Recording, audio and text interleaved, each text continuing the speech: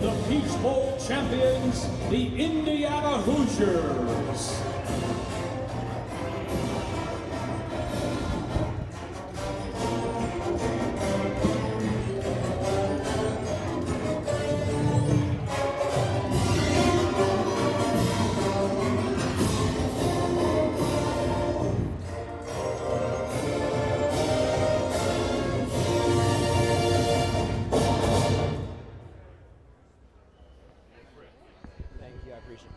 Hey man, how are you? Good, how are you? Doing well, man. Good. With Elijah, how do you develop late hands? He's got late hands, he's got strong hands. How do you develop that? Just a lot of ball skills, drills in practice, but I feel like that's kind of a natural thing that especially a guy like Elijah has. Good quality, good feel, and a lot of reps put into it. But yeah, we just try to drill as much as we can and try to put those guys in position in practice that will translate to the game. Is that a trait you saw on tape when he transferred over back in 23 at JMU? Absolutely. Yeah, absolutely. I mean, he was a guy that had a ton of production at St. Francis, and that was a big thing that really stuck out to us, that he caught everything. So it was pretty easy for us to see he had great ball skills. Just a couple days away from playing in a national championship, something I know a lot of these fans thought was unimaginable for years. What is it about this collection of coaches and players that made this week possible? Well, we're here because we prepared the right way and we have the right people on the staff and in the locker room, and we've got tremendous support from our president and our athletic director, and we have a great fan base. And, we have a plan and a process, and we have great leadership and good players, and we've been very consistent in terms of our play in all three phases, so we've met every challenge. So the novelty of being here, to us, isn't there. We're here. We got a job to do, we got a challenge to meet, and we got 2 more days of prep. You mentioned this fan base. They have showed up every step of the way. Anything you want to say to some of the fans that are in attendance here and going to be at the game on Monday? Well, if you're not sure you can make it down, find a ride. Yeah, the Big Ten championship last week against Oregon, the Rose Bowl. Yeah, Indiana fans, largest alumni base in America. A lot of people didn't know that, and it's been huge for us. Thank you. Best of luck. Thank you.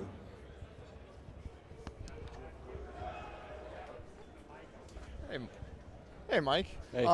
Fernando has obviously always been a capable runner, but it seems like in the playoff he's had even more really dynamic scrambles for first downs, big plays. Is there anything, did you guys work on that during the break, or is there any particular reason for that? No particular reason. I think a couple of the plays that you're referring to, and remember specifically in the Alabama game, they dropped 8 in the coverage, and usually he has time back there to try to make something happen, extend a play. But then he's done a great job all year. If it's not there, tucking in and running it, and he has no problem going to get a first down, going to get a touchdown. And I feel like his athleticism has kind of highlighted in that way throughout the whole year. So he's been a big weapon for us, though, for sure. Did you talk to him after the last game about, hey, maybe once you get the first down, just go down? Yeah, there was a few times, especially whenever we had the lead in a comfortable lead, that we were just telling him to be smart. And but that's a hard switch for him to turn off at times. He's such a competitor. But no, he's done a good job, getting out of bounds when he can. And we know that he's got to stay on the field. So we're in his ear about that a little bit. Yeah. Thanks, Mike. Appreciate it. Yep. Hey, Mike. Paul with USA Today. Nice to meet you. Nice to meet you. When you guys arrived here as a staff and bringing over the program and the system that you had run at JMU, as you came here almost 2 years ago, what was the initial core messaging that you guys provided to really the holdovers to help translate what you had achieved and help them see the big picture? Yeah, for those guys, it was first of all just getting to know them as people, but then after that, it was a lot about, hey, here's what we can do, here's how we see you fit in our offense, and then the production that we were able to have, especially on our side of the ball, and obviously the defensive side of the ball. I feel like that excited some of the guys, and the system has been proven throughout the last few years, and I feel like that was able to keep some guys around. And then as far as the actual messaging, though, it was all just about the day-to-day process, and that's something that Coach Signetti has spoke about for a long time, since the day really I started working with him. If you put the work in, if you make the sacrifices, if you're consistent, you're going to reap the benefits on game day. And we had a lot of talented guys that did stay from that previous staff and through the coaching change. And we're very fortunate for that because a lot of them are still making big contributions for us. And how much did you rely on the players who had come with you to help deliver that message? Were you relying on guys like Elijah and so on to hammer it home? Yeah, that definitely helped. And not only are these guys great on the field, but they're great locker room guys. They were great in the weight room, and I feel like that's where it really all started back in that first January, February in the training sessions. I feel like they just kind of set the tone, the expectations, and I feel like the guys that were part of the previous team did a great job of assimilating that in some regard. And then we had a lot of good guys that were hard workers there as well. But there's no question about it, the guys that we were able to bring with us helped smooth that transition over and probably made it happen a lot quicker than maybe some other situations. Yeah. Coach, when you look at Roman Hemby as well as Kaelon Black and the rest of the rushing attack that you have here on the offensive side of the ball, just what you can say about having that stable and so many strong players there. I mean, we have a 1,000-yard back already, and there could be a second one after this game. So what's it like to kind of delegate who's getting the ball? Well, yeah, it makes it very easy. For me, when we're calling plays, it's not, I don't care which one of those guys are in there. Then you put Kobe Martin in the mix. They're all very similar. They can obviously get you the tough yards. They can catch the ball in the backfield, and we've been really solid in protection with those guys. They've been a benefactor of some of the great blocking that we have up front. Our O-line's doing a great job. But those guys, I feel like really, since the playoffs started, they're running with an edge. They're doing a good job keeping the ball moving forward, not trying to get too cute. They're getting yards after contact. It's been really fun to watch those guys run these last few weeks. Mike, so much focus has been on team building with you guys and just how over 2 years you've developed, this mix of people you brought from JMU and other places. How much of it really just comes down to picking the right quarterback in the portal at this point? Well, obviously that's a huge part of it. I mean, that's the guy who touches the ball every play. Him and again, a guy like Pat Coogan at center. Those two guys touch the ball every single play. So it's definitely a huge addition, adding those two guys for this year. However, I do feel like there's a little bit of sense of camaraderie, some things that you can't really quantify that this team has. I feel like they really do love each other. They do a great job of putting the work in throughout the week. And I feel like everybody just kind of feeds off of one another, and it's led to a lot of positive outcomes for us. Can I follow up? Yeah. But when you're when you're doing this portal speed dating kind of thing, how much do you attribute to the work you guys did, and how much of it is unknown? Obviously with Fernando, and obviously what you guys have next year with Josh. Yeah, no, that's definitely the trickiest situation, and I'd take it a step further. Even goes out on the high school level. I mean, obviously there's portal guys. It happens a lot quicker, but I feel like you can get a pretty good sense of who a guy is in a short period of time. I mean, in the production that these guys have on the field is usually something that we look for. So usually if they're productive, you could probably bank on them having some of the other traits that you're looking for: good character, sacrifice, commitment. And Coach Signetti has a really good feel for bringing the right guys in a shorter period of time, like you're referring to. But he's just kind of got maybe that sixth sense feel to it. Yeah. Mike, when you look at Curt Signetti and him taking a chance on you taking a chance on him, from that first day that you started working together to now being here at the national championship, what has that road been like to give and take from each other and learn from each other? Yeah, early on it was definitely me taking it, just taking it all in, learning from him, his experience throughout his career up to that point at IUP, not only as a head coach but also as an offensive-minded coach. And I feel like over the years, probably whenever I got to JMU, I took another step in the game plan process, but also whenever I became the offensive coordinator there is whenever I feel like our collaboration really started to go. And it's just a constant thing every single day. I feel like that's the one thing I love about Coach Signetti, working with him, is he's always hungry, always looking for the edge, always trying to get better, and it just feeds off on us as coaches, but also down to the players. And when you look to the fact that it worked at JMU and now it's working in Indiana, what is part of that secret sauce that it doesn't matter where you are with Coach Signetti, it works nationally? Well, number one, I would attribute it to the players that we have. Obviously you can see that some of the guys that we brought from JMU are having great success here at the Big Ten level and nationally.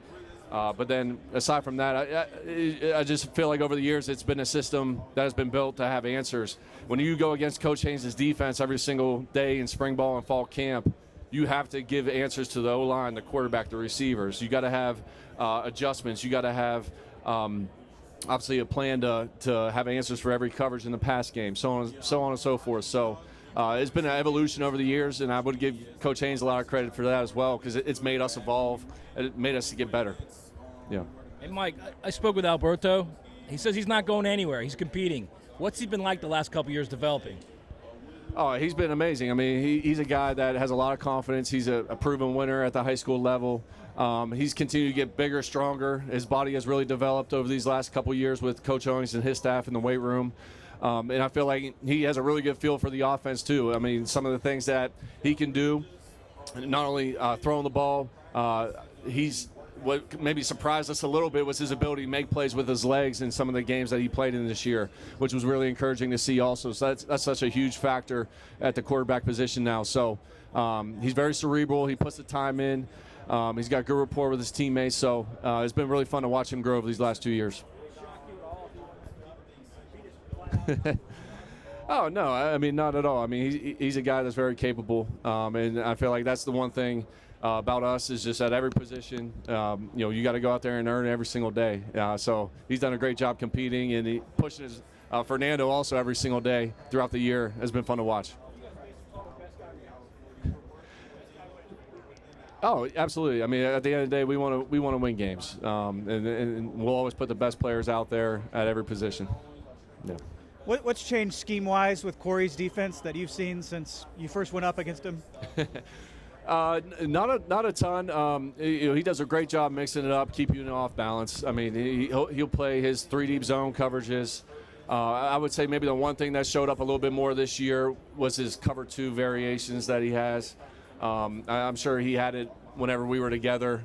Maybe I wasn't as in tune to it as I am now, but the one thing that's very consistent with him is he's always going to get his players to play hard as heck. And it all starts up front with those D linemen. He's got a good group up front this year, so that gives them a lot of flexibility to do some different things on the back end. How intense is he just to go up against him in practice? Corey, he is a super intense guy. He loves ball. He sets the tone, for his guys every single day. But yeah, I mean, it was a competition every single day with him, and it's been great to see his success ever since he left JMU a couple years back. But not shocked at all that he has these guys playing the way they're playing right now. Mike, as a former receiver, is there a particular joy to a well-executed back shoulder throw? And just walk me through how that's become part of your wheelhouse and why it's so successful, please. Yeah, it's definitely a beautiful thing for sure. That's a throw that we feel like if a corner comes up and presses us, play man-to-man, is really hard to stop if you're good at it. And 2 out of the 3 things that can happen on that play are usually positive for the offense. So we invested time. It definitely takes just guys being on the same page. Fernando giving them a chance to get their hands on the ball, and then we got some big guys on the outside: Elijah, Charlie, EJ, Cooper when he's out there. Guys that can really go get the ball and have great ball skills. So it's been a weapon for us, and it needs to be another weapon for us Monday night. Is there anything about surrounding just his body control, his ball skills, his ability to hold the ball away from guys on the catch, just little things like that. I feel like he's learned over the years that has helped him. Him being a senior now, I feel like he just has that mindset that, the confidence that he can go win those one-on-one matchups. And but other than that, I mean, it's just a credit to him really, and Fernando giving him a good pass. Yeah. Coach, how much have you seen your offensive line gel over this year? They seem to be close-knit on and off the field. Yeah, very close group. They always have been, I guess since we got here last year. But they are on the same page. Coach Bostad and Coach Leeds, who helps out with the O-line, they put more work in probably than any position group throughout the week, just doing constant walkthroughs, giving them different looks, picking up pressures, blitzes, in the run game, pass game, and I feel like that leads to the ultimate success and being on the same page during the games. And it all starts up front with those guys, and we're going to need them to have a big game for us on Monday night. How important is it to talk about Pat, getting him over the hump of finally winning that national championship after coming up short last year? What was your first part? Getting Pat over the hump after last year. Yeah, would love to. I mean, he's been an amazing addition to this team. Obviously, his play on the field has been outstanding, but his leadership, I feel like, has kind of got the whole group together, got everybody on the same page. And I don't think you could put a number on what that's meant to us as a unit. So I would love to get it for him and the other guys. And it's good to know that your center has had that experience, and he was in these shoes last year going into this game. Thanks, Coach. Yeah. Coach, how important is it for you to stay in front of the chains in this matchup? Yeah, it is huge, and I feel like that's the one thing these last 2 games we've been able to do. Like, for instance, against Oregon, we had 10 third and medium plays. So when we get to those third down situations, we want to be ideally 6 or less, so that way the run threat is still there. And we were trying to kind of eliminate the D linemen in those exotic packages that Coach Heatherman has on defense there to just make it a little bit easier for us to identify the pressures, identify the alignments up front. But efficiency is the number one thing that we need to do, like you had said. So we got to be balanced. We got to be able to establish the run. And then whenever we do drop back and throw the ball, we got to have great protection. And guys got to get open on the perimeter.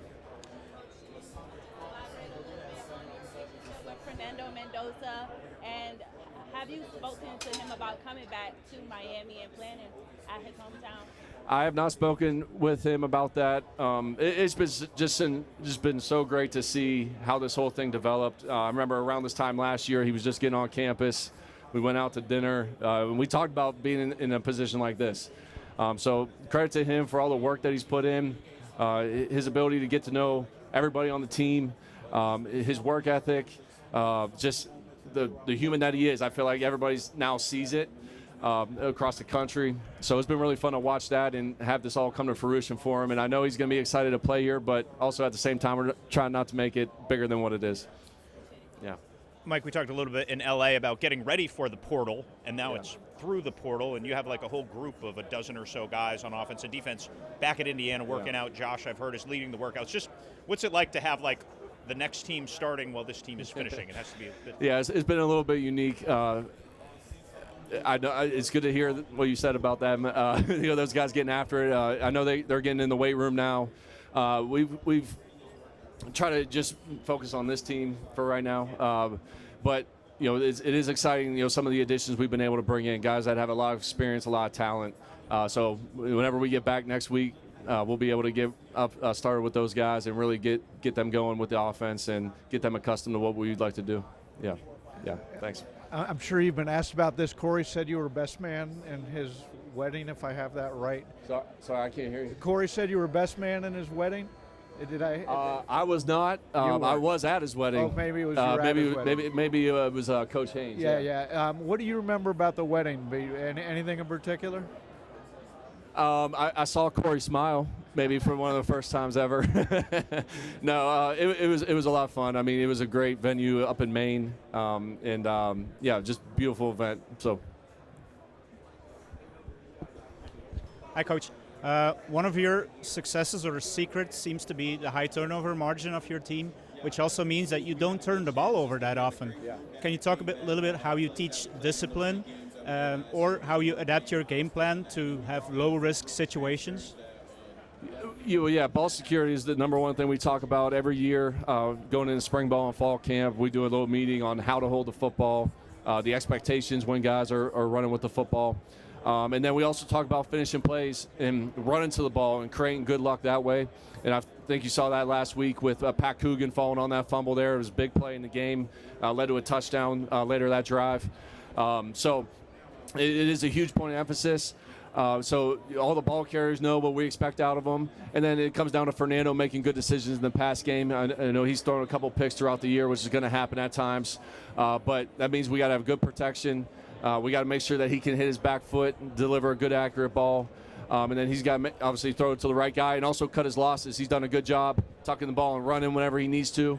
And we're also just throwing the ball away and getting us to the next play. So all those things, situational football, ball security, is stuff that we coach and talk about every single day. A little bit of a follow-up. You guys have been blowing out teams recently, but people tend to forget that you had some close games, Penn State, Oregon earlier. Blowouts tend to make people slacking. How do you try to avoid that going into this game?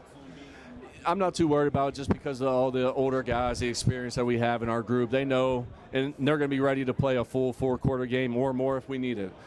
So we've been fortunate to, maybe play some other guys, in these last couple games. But we're expecting a full quarter, 15-round fight against a great Miami defense, and I know our guys will be prepared and going with that mindset. Coach, with the secondary for Miami banged up a little bit, they lose Lucas for the first half of that game. Does that change the script a little bit offensively, calling plays, knowing that they're going to be down a man in the first half, coming back in the second half and be a little different? Yeah, we're going to throw the ball every single play early on. No, I mean, they're very capable. They play a lot of guys back there. Throughout the whole year, you've seen different lineups and different starters. I mean, the safeties have been consistent. The nickel, Scott, great player. But they do enough to keep you guessing whether it's going to be press, off, cover 2, cover 3. That it is hard to dial it all up. But we also know that just in general going in, we got a lot of confidence in our guys. But we're going to have great protection, give Fernando the time to throw the ball early. We'll keep a close eye on who they're playing, where each guy's playing on the back end, especially at the corner spot. Just seems like that's where they've had some guys in and out these last few weeks. Yeah. Mike, there's been a lot of stories written about how Kurt and his eye for talent development and evaluating talent. Is there an instance where you've seen him do that, like in live action, where you even were like taken aback by it? I'm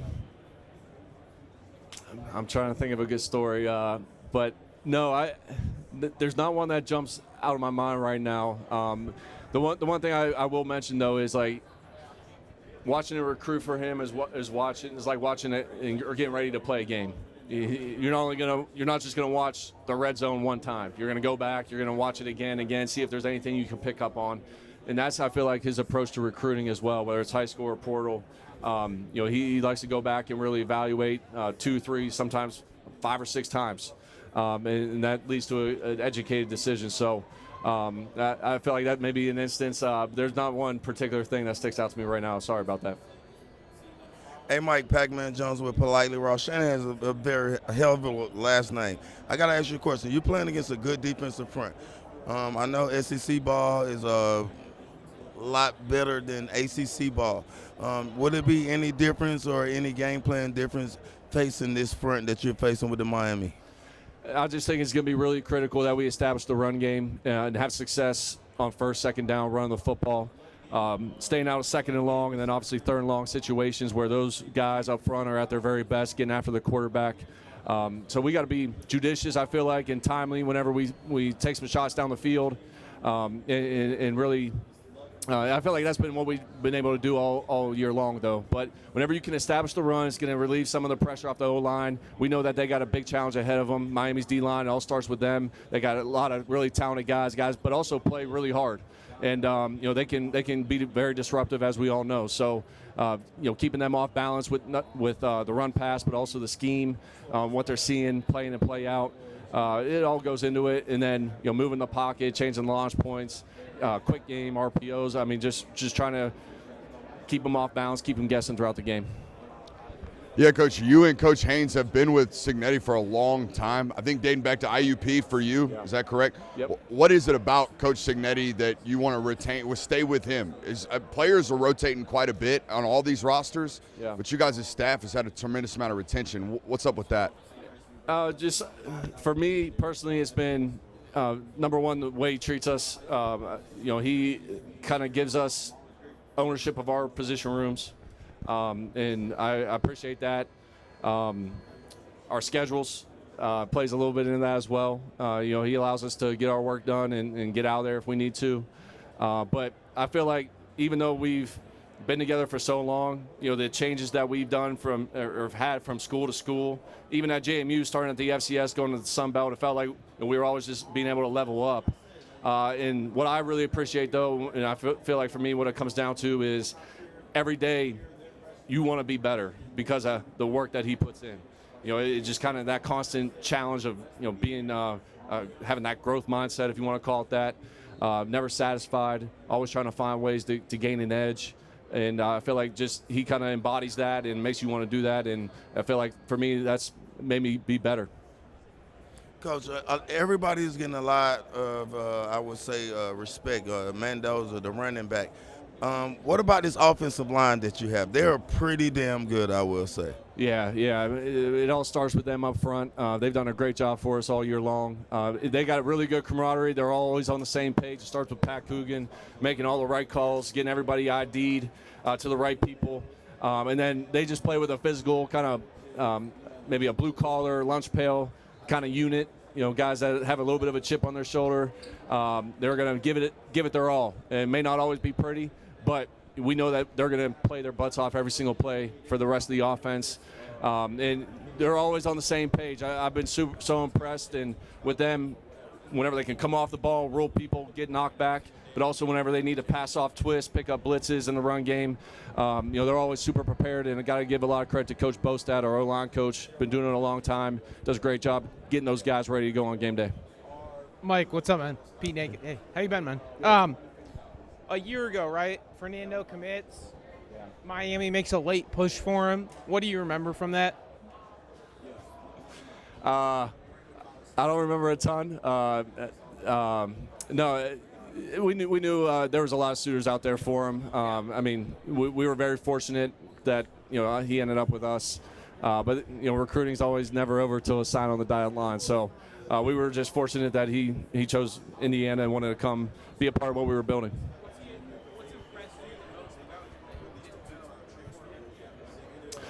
Probably just his work ethic, his love for football, his competitiveness, and then lastly, whenever he got kind of that crap knocked out of him a few times this year, his ability to bounce back and not let that affect him. There was a couple plays. Iowa stands out to me. Penn State, he got hit a little bit, and then that first play against Ohio State, it was I would say everybody was holding their breath a little bit on that one.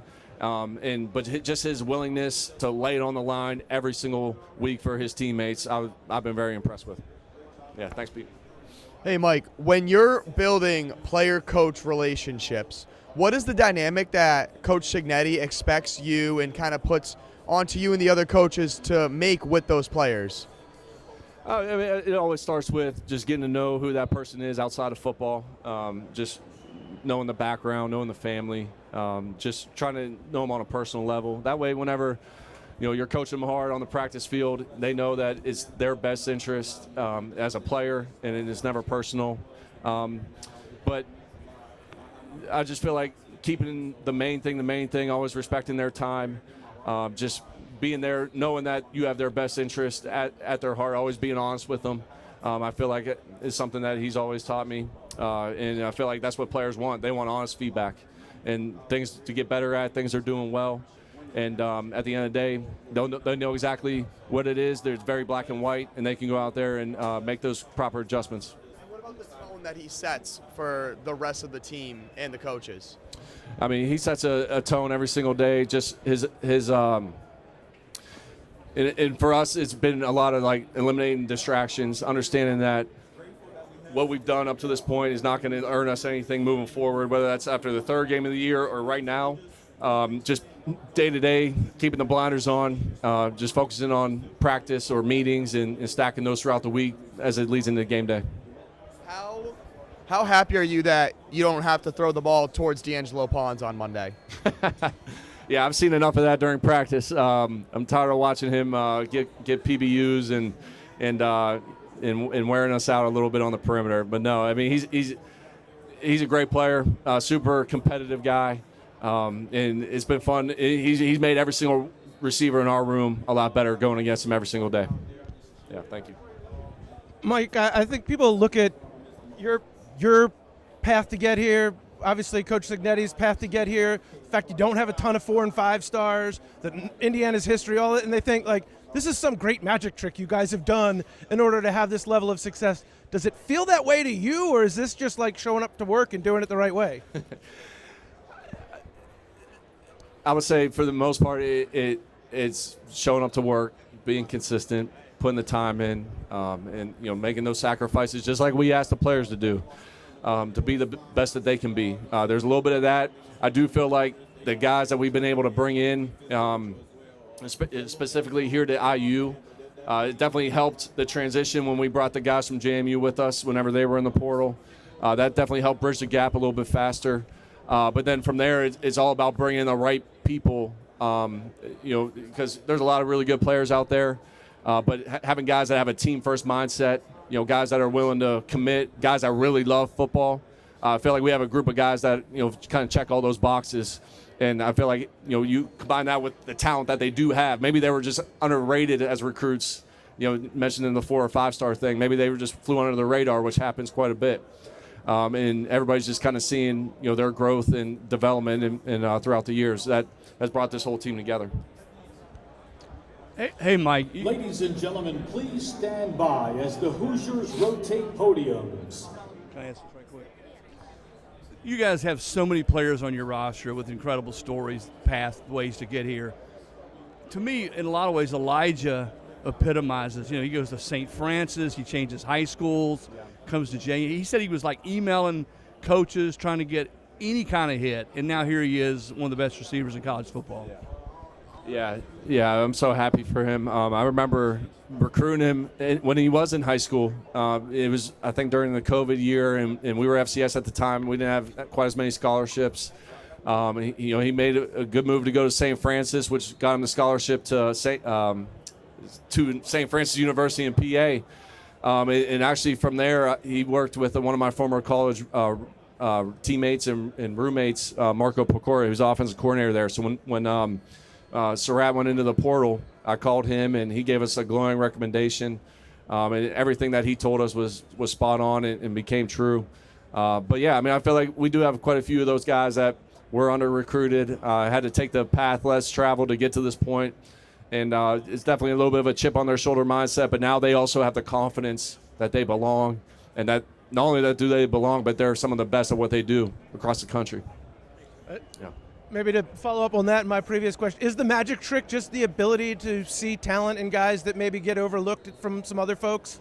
I think there's a little bit of that. We don't get too enthralled with, height. Obviously it's important, but we know that being a football player is different than running a 40 time or jumping 40 inches in your vertical or being able to squat 550 pounds. You got to have functional strength. You got to have kind of a knack. You got to be smart. You got to have a good IQ, the work ethic, all these other little things that go into being a good football player. Obviously, we've been able to hit on some of those with guys like Elijah and maybe an Aiden Fisher, D'Angelo Pons. But then we also have highly recruited guys like Omar Cooper, who was a 4-star. Yeah. And he has done a good job of developing in the weight room and putting the work in outside the building, things that maybe these other guys have rubbed off on him too. So it's a little bit of both. I feel like there is a little bit of a special thing that this team has that it's hard to put your thumb on exactly how it got to this point, other than that they love playing ball. They care about one another, and the focus and the week-to-week mental intensity that it's taken to get to this point, they've been able to live up to that and meet every challenge. Sig said that you have a play called Wizard that was installed for this week. Is that like an inside joke about everybody thinking that this is he's a wizard or something, or was that just the name of the play? Well, I guess if he mentioned it, I guess I can talk about it. No, it's really just kind of a word association with another play that we have, just so these guys can remember it a little bit easier. But it is funny that you mentioned that with some of the things that I've seen on social media over these last couple of days. Yeah, thank you. Coach, I'm sure you've been asked things like this all week, but with guys like Bain and Mesidor pass rushing, how are you hoping to kind of take them out of the game early? Well, you got to run the football. You got to be able to kind of wear them down in that area of the game. They don't come off the field too much, but there are times where maybe some of their backups will get in there, and that could be an opportunity.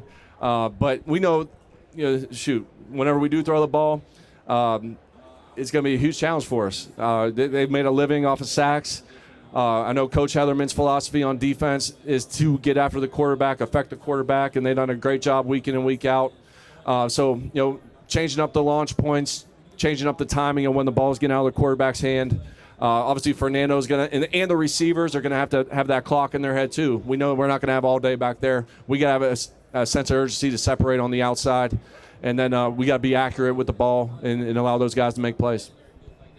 There have been stories about from the spring and even early fall that the Fernando Mendoza we see now is very different from the Fernando Mendoza back then. What's the biggest difference you've seen in him the last 6 months or so? I feel like I've really seen his personality come to light. I feel like he took the right approach when he got here, even though he was an established quarterback. He came in with his head down. He worked. He just got to know everybody. Wasn't trying to be a rah-rah kind of guy. He understood that we had some really good leaders on the team prior to him getting here, and I feel like he let everything kind of just happen naturally. But the one thing that I've been very impressed with, and I feel like his teammates really learned about him, was just his competitiveness, his toughness, his ability to shake off a bad play, come right back, shake off a good play, still be the same guy the very next series. His ability to kind of get the whole group together too, and his work ethic is off the charts. And those are things that you didn't really know until you got to the season. What about any in-game stuff that you think he's taken big leaps in? Definitely his footwork, his timing in the pass game, his willingness to keep the football in the run game whenever those opportunities present themselves. Coach Whitmer, got to give a lot of credit to him, getting him ready and prepared every single day. But you can definitely see his comfortability in the pocket. When you're 3rd and 8, you got to have a 15-yard throw. He'll stand in there. He's got good feel. And he'll deliver a great, accurate ball down the field. Also, trust the protection around him and stay in the pocket. That was one point of emphasis that we had for him coming out of previous years with him. And he's really took that to heart and got, I would say he's really good at it now compared to where he was in the spring. In terms of he would take off and run too much? Yeah, just get a little panicked, maybe rush through his reads, not do his footwork. Those were things that were happening in the spring ball going against Coach Haynes' defense. But then it took maybe 2 or 3 games early on in the year. But then once he got that rhythm going, I feel like he's been spot on, and he saw the benefits of it on the game film after those first couple games early in the season. When you saw him in the portal, are you thinking you couldn't have envisioned this, right? Well, I don't know if anybody could have envisioned where we're at now. We knew we had a good team. We knew that if we stayed healthy, which we've been able to do for the most part, that we were going to have a chance to be a really good team. But we also knew that throughout the year there's some ebbs and flows. Keeping guys off social media, keeping them focused on what they need to do week in, week out is just as important as the X's and O's throughout the year. Just going in with the right mindset. And I feel like that's the one thing that has separated this team: the maturity of them, their ability to know, take every week as a new challenge. Has got us up to this point, and it's just kind of been a 1-0 mentality. Yeah.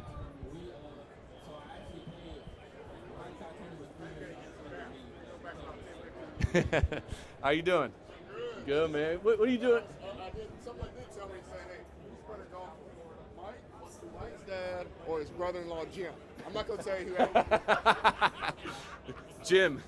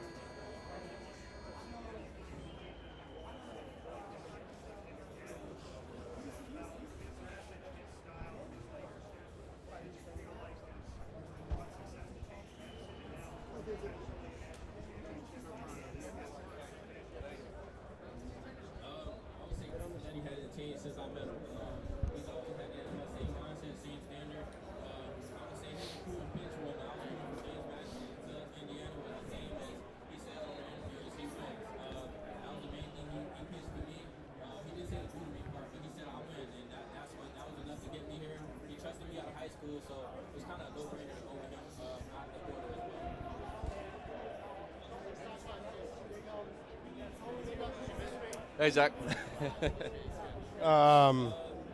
Nobody can give me crap for picking against you this time. I want to ask about Fernando. We've asked you this in different ways, but like, do you remember specific moments, like in kind of your early impressions of him, working with him in particular, when you sort of thought, I knew he was good, I saw him on the film, but maybe I didn't know the tools were this advanced, or I didn't know he could do that? Like, were there things early, like in spring practice in the winter, that you sort of maybe discovered about him that maybe changed even your perception of what he could do in your offense? Yeah, I would say there's two things there. Number one, what really stood out was just his arm strength, his ability to throw the ball 35 yards on a rope from one hash to the other sideline, like you saw last week against Oregon a couple times. That really jumped out. I mean, obviously you see his arm strength on film, but whenever you see it firsthand and that ball pop off his hand, it's kind of like, wow. But then secondly, this is a little bit more intangible things, like just how committed he was to being the best that he can be, his work ethic, his study habits.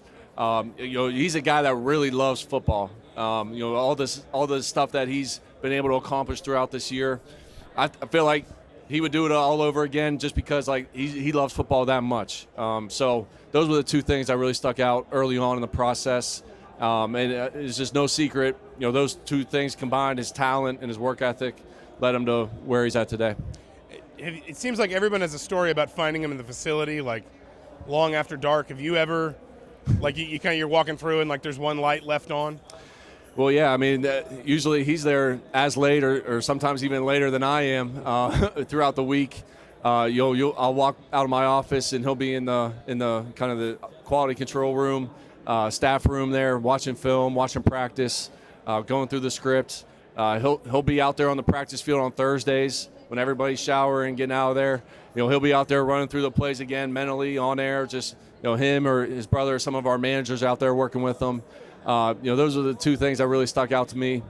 Just because again, I just never been around a guy who is willing to do those things, and it's pretty special to see.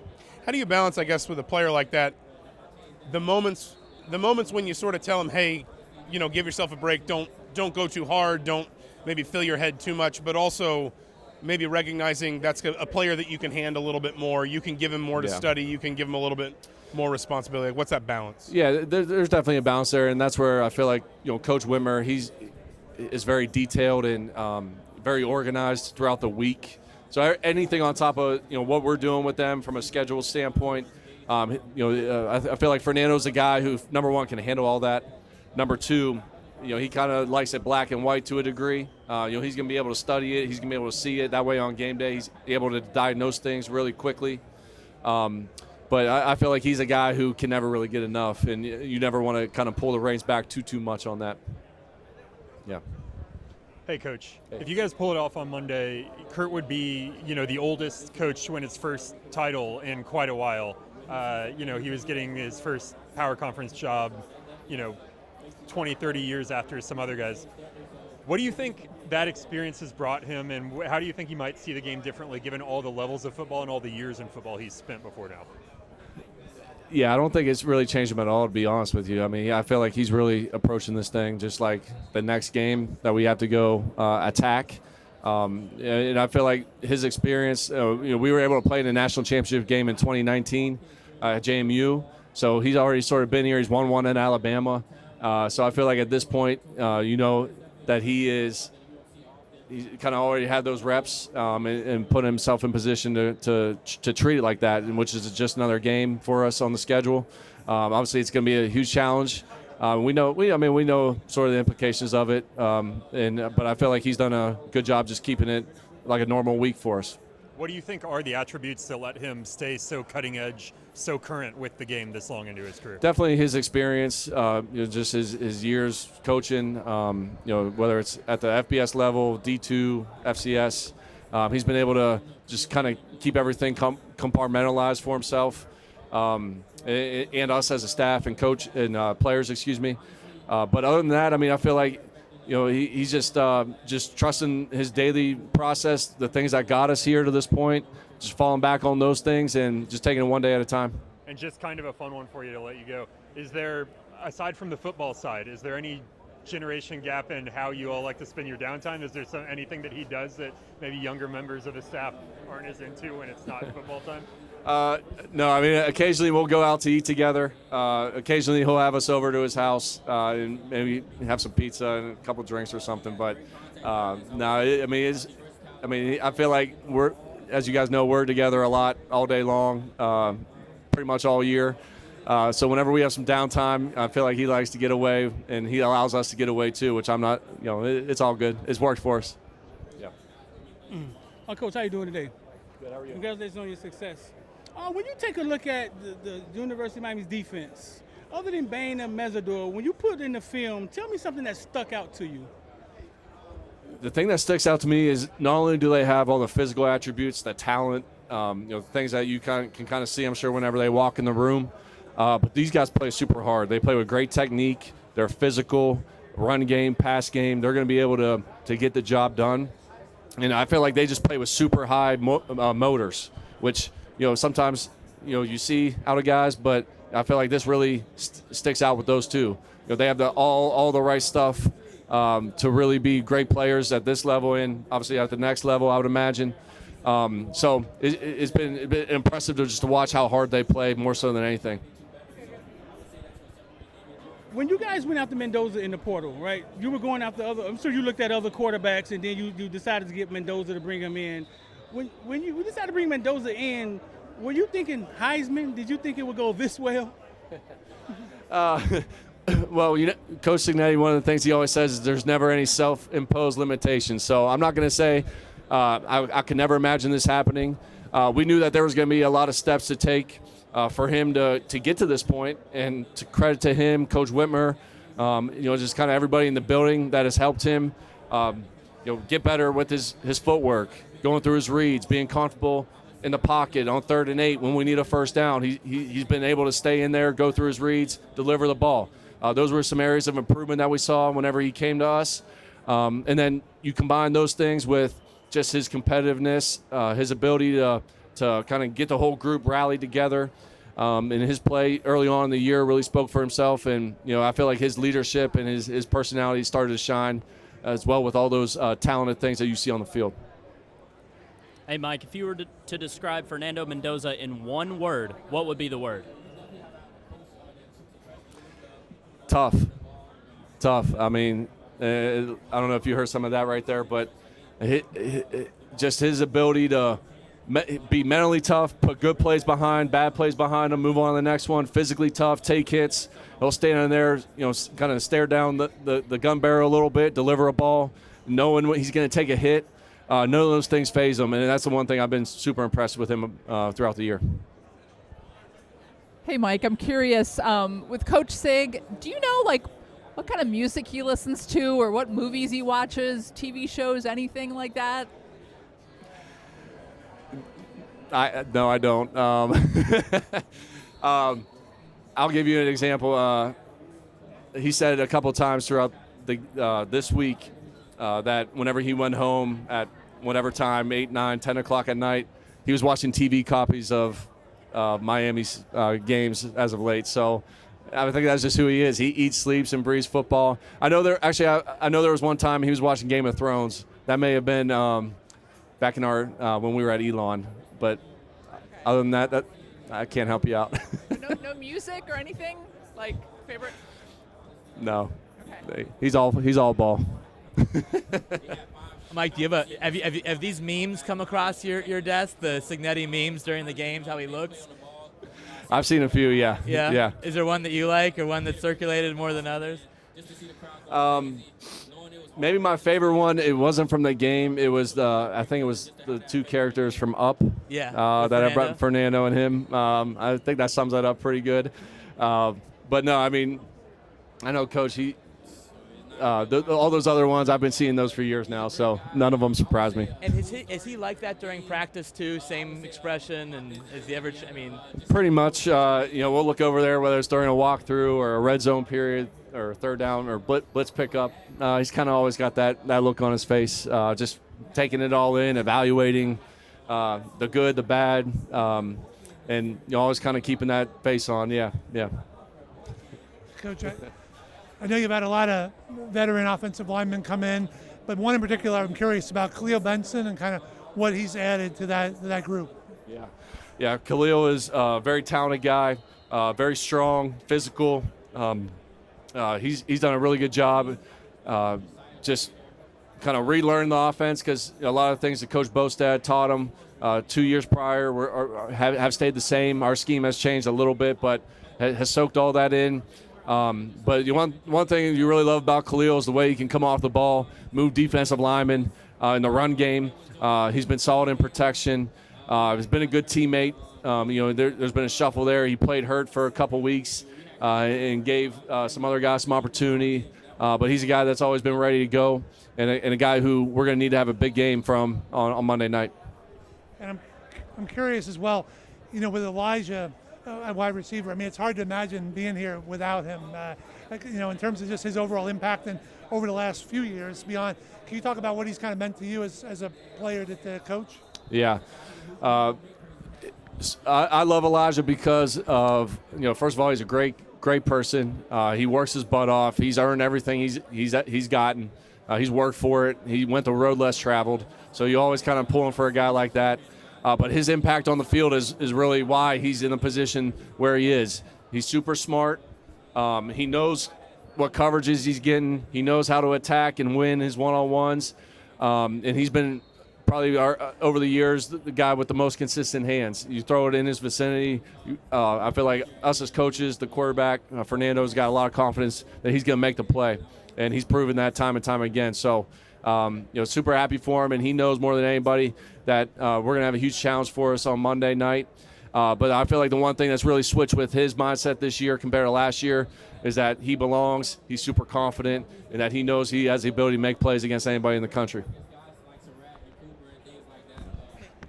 Hey, Coach, Sig would be one of the oldest coaches, certainly the oldest coach in recent memory to win a title for the first time. Why do you think it took so long for him to be hired at a major conference? That's a good question. He's always been very successful. He's been around a lot of great coaches, as we know. I feel like maybe some of that was him being selective in what schools he went to. I'm sure he had some other opportunities that he declined throughout the years that ultimately allowed him to be where we are today. And I feel like he's always been very smart and strategic, and no different than whenever we go to game plan. But I can't say why. I mean, it sounds like maybe a lot of people missed out on hiring a great coach, a great leader, a great person, and I'm glad Coach Scott Dolson and President Witten took a chance on him. So I'm sure they're pretty happy right now. Is Coach Signetti a coaching lifer? Could you see him doing this for another 20 years? Yeah, I don't see how he could give it up. I know he loves football too much. He's such a competitor.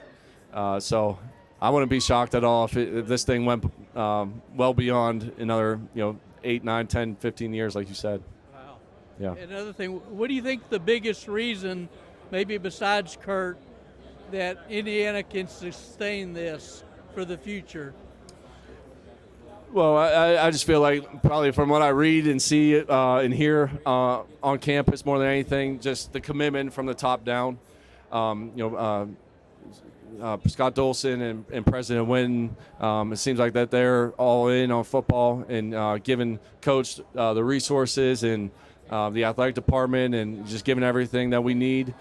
From my perspective, I mean, that's at least what I read and see and what I know. But I feel like that's the number one thing. Everybody's in really good alignment here. And obviously our success on the field has allowed us to continue to recruit at a high level. I feel like there's a lot of good players I want to play in, whether it's offense, defense, be a part of our special teams as well. So hopefully it just continues to build off of each and every year like it's done up to this point. Hey, Mike. When did you know exactly what you had with Fernando? Like, how long did it take? Was it in camp? Was it before then? Like, you know. Well,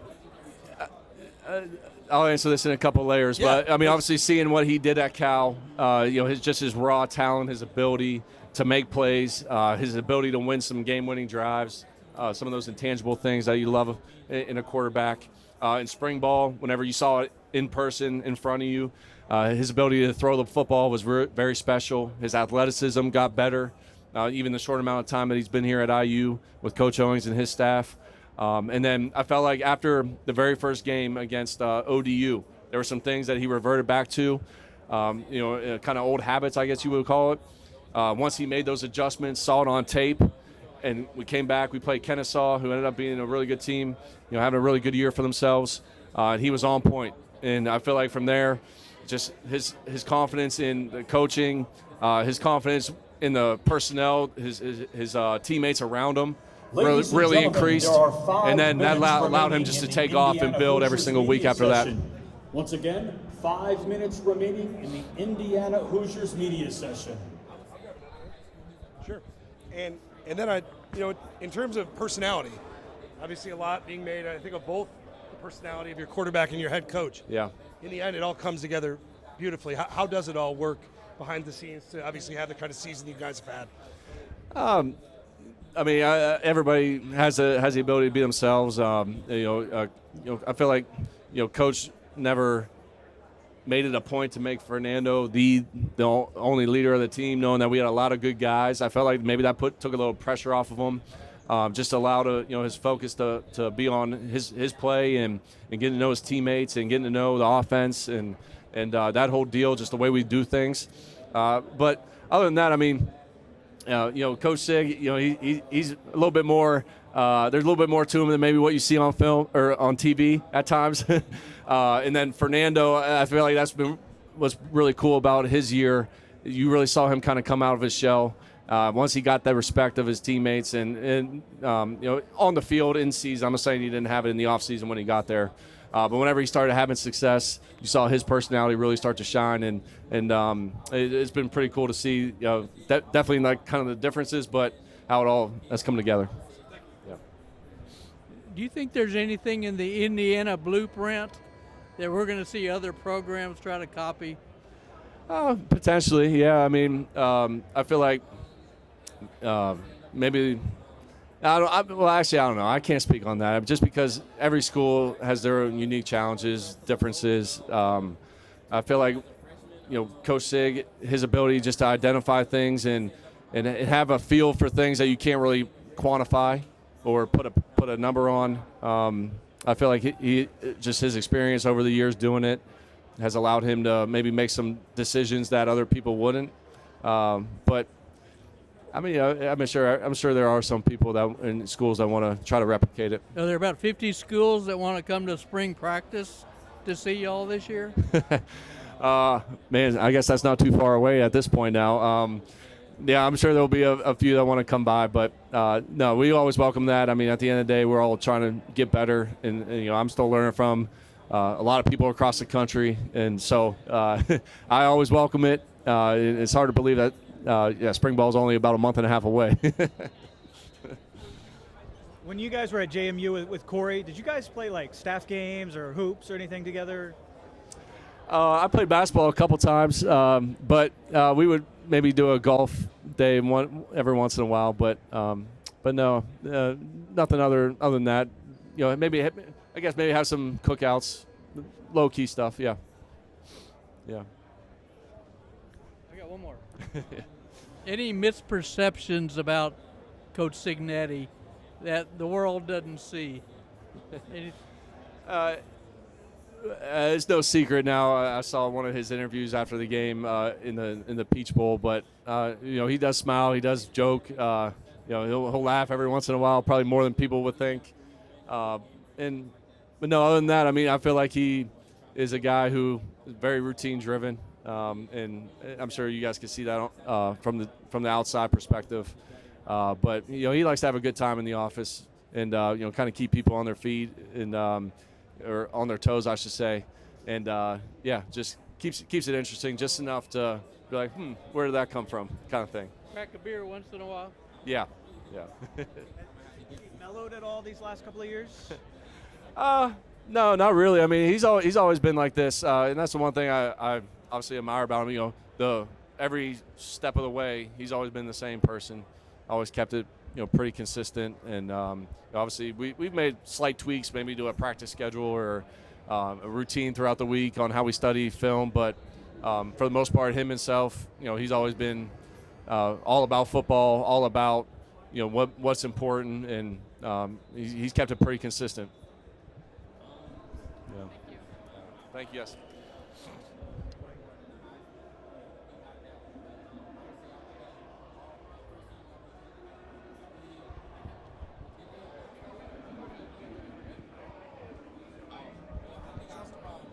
Okay. Whew. That was a long one.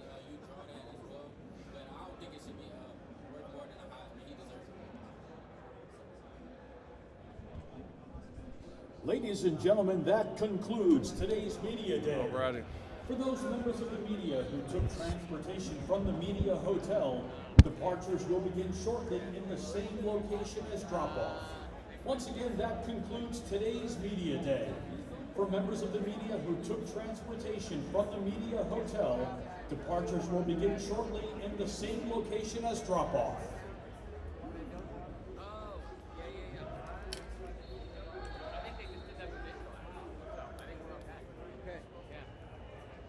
We're going to close this thing out as the Hoosiers head back to their hotel with Aiden Fisher. And we were just talking about how close this team is. What has this ride been like from your perspective?